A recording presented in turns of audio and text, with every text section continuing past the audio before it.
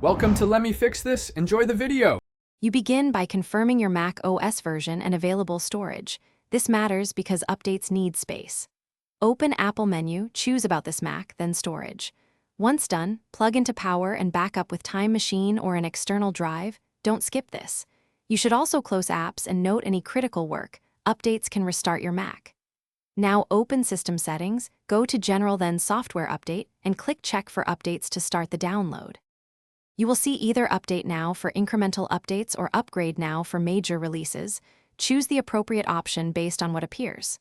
Click the button and monitor the download progress. Larger upgrades can take from 20 minutes to several hours depending on speed. While downloading, make sure Wi-Fi is stable or use Ethernet, keep the Mac awake, and avoid sleeping. Once download completes, the installer will prompt you to continue. Follow on-screen steps. You let the installer restart your Mac. During this phase, the screen may show progress bars and multiple reboots. This is normal.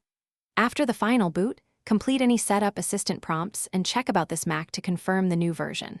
If apps misbehave, update them via App Store or reinstall. If the update fails or stalls, try resetting NVRAM or SMC, boot into safe mode to retry the install, or use Mac OS recovery to reinstall.